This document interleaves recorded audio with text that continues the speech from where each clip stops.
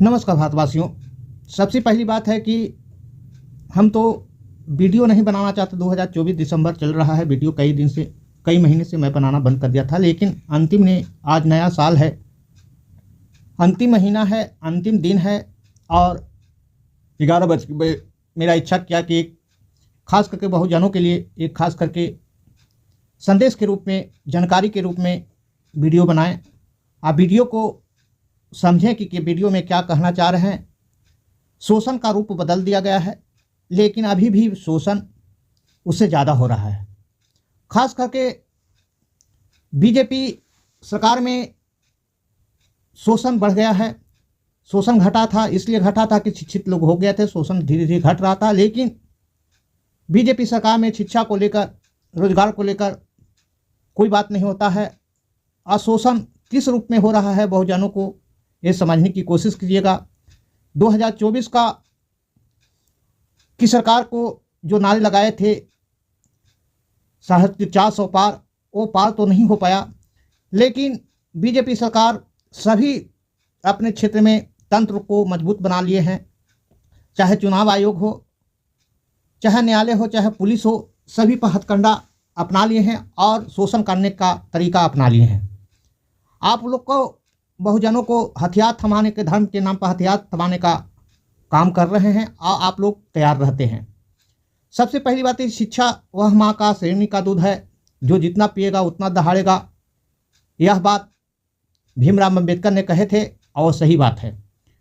तो अब समझा कि बीजेपी अब समझे कि ये लोग बुद्धिजीवी हो गए हैं, क्वेश्चन करते हैं। आप क्वेश्चन करिएगा, जब बुद्धिजीवी हो जाएगा तो कुछ जानकारी न रहेगा तो आप क्वेश्चन नहीं कर पाएंगे। इसलिए इस पर चर्चा करना मेरा नेसेसरी हो गया और समझने की कोशिश कर चुके हैं कि स्कैम, शोषण, भ्रष्टाचार, अपराधी जिसको कहते हैं, कैसे किया जा रहा है बीजेपी सरकार में बहुजनों को, ये समझने की कोशिश कीजिएगा। घोटाला जिसको कहते हैं, कैसे किया जा रहा है। सब रूप बदल दिया गया, लेकिन उससे ज़्यादा हो रहा है, ये समझने की। भारत का आर्थिक पहचान, भारत का राजनीतिक ताकत और सामाजिक परिस्थितियाँ कौन कौन माप सकता है, ये बात लकीर खींचे थे मोदी जी। कुछ दिन पहले बोले थे कि सभी प्रधानमंत्री को, पूर्व प्रधानमंत्री को चैलेंज किए थे। अब कहे थे कि भारत के विद्यमान को लकीर खींचने कहिए कि क्या उससे अच्छा काम हुआ कि नहीं। लेकिन आज मैं क्वेश्चन बहुजनों के लिए खास करके कहता हूँ कि धर्म के नाम पर आप विचलित नहीं हुए, अपना रोजगार और भविष्य की चिंता करें। सबसे पहली बात है, हिंदू धर्म कोई धर्म नहीं है और ना कोई भगवान है। ऐसे मानते हैं, ऐसे हम विरोध नहीं करते हैं। भगवान भी मानिए, जिसको मानते हैं, कुछ ना कुछ जीने का सहारा तो होना चाहिए, लेकिन मानिए। तो यही बात हम कहना चाहते हैं कि बीजेपी सरकार में 2024 बीत चुका है, इतिहास को पन्ना में दर्ज हो चुका है और 2025 आने वाला है, यानी कल आने वाला है। ये कौन सा परिस्थिति आ चुका है कि खास करके बहुजनों को हथियार, हाशिया पर बीजेपी सरकार में धकेल चुका है। किसी भी तरह बस हिंदुस्तान में लकीर नहीं खींचा गया। हिंदुस्तान इकोनॉमी में, हिंदुस्तान के राजनीतिक में, हिंदुस्तान के सामाजिक में कभी खींची नहीं गई है। और ख़ास करके प्रजातंत्र कहता है, शासन कहता है, कहते हैं आरटीआई ने सूचना के अधिकार के तहत आप कुछ भी मांग सकते हैं। लेकिन ये जब बताते हैं कि मुंबई में जो वोटिंग हुआ, बीजेपी की सरकार बनी, एक बूथ वैसा बूथ है जहाँ पर ही 300 वोटर थे, लेकिन 600 वहाँ वोट पड़ा। जब कांग्रेस ने यह सवाल क्वेश्चन करना शुरू किया कि ऐसा कैसे हुआ, जब चुनाव आयोग से मांगा गया डाटा, तो वह डाटा नहीं दिया और नियम बदलकर बीजेपी नियम बदल दिए तुरंत कि डाटा किसी को नहीं दिखाया जाएगा। ये चुनाव आयोग का अधिकार दे दिया गया। माने शोषण किस तरह हो रहा है, समझने की कोशिश कीजिएगा। ये हम समझाना चाह रहे हैं और समझने की कोशिश कीजिएगा कि प्रजातंत्र खत्म हो चुका, संविधान खत्म हो चुका, अब उसके अनुसार ही चलेगा सरकार। इस देश में राजनीतिक तार पकड़ सकते हैं, लेकिन अर्थनीति का तार आपका पकड़ नहीं पाएंगे। इस देश में हिंदू का तार पकड़ सकते हैं, लेकिन संविधान का तार आप पकड़ नहीं पाएंगे। करप्शन का मतलब घूसखोरी होता है। करप्शन जरिए हवाला का मामला हो या फिर आर्थिक अपराध हो, जो देश के बीच 12 एजेंसियों काम करती है, उसके दायरे में जांच आती है, आप उसको करप्शन मानेंगे।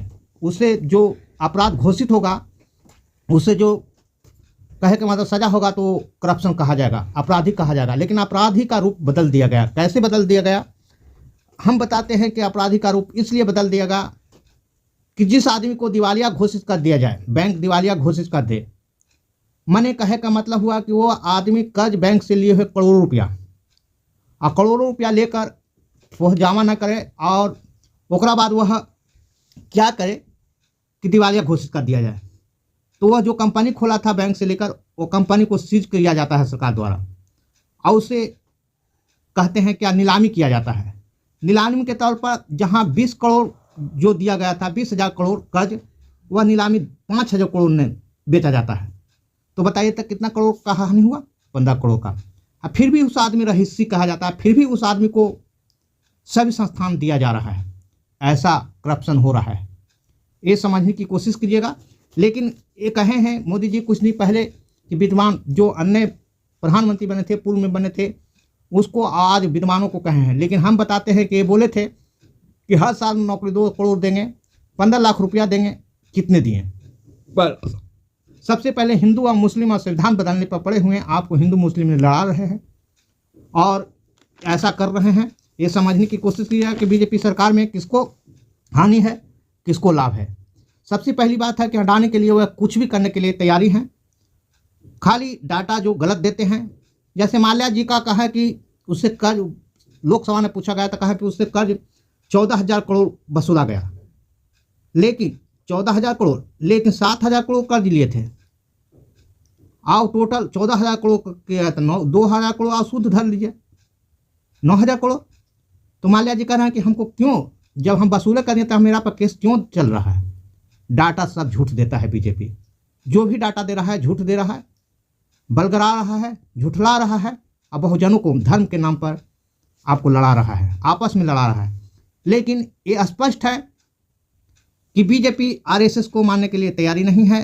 देखिए कि अंतिम में आपस में लड़ाई होगा। अब ये बात खुलेगी कि कैसे करप्शन कर रहा था जनता को, कैसे संविधान बदला गया, कैसे बदल रहा है। करप्शन का रूप बदल दिया गया है, लेकिन करप्शन आप पर हो रहा है। ये समझने की कोशिश कीजिएगा। ऐसे वीडियो प्राप्त करने के लिए चैनल को लाइक, सब्सक्राइब एवं बेल आइकन घंटी दबाएं। नया साल का शुभकामनाएं। थैंक्स, धन्यवाद।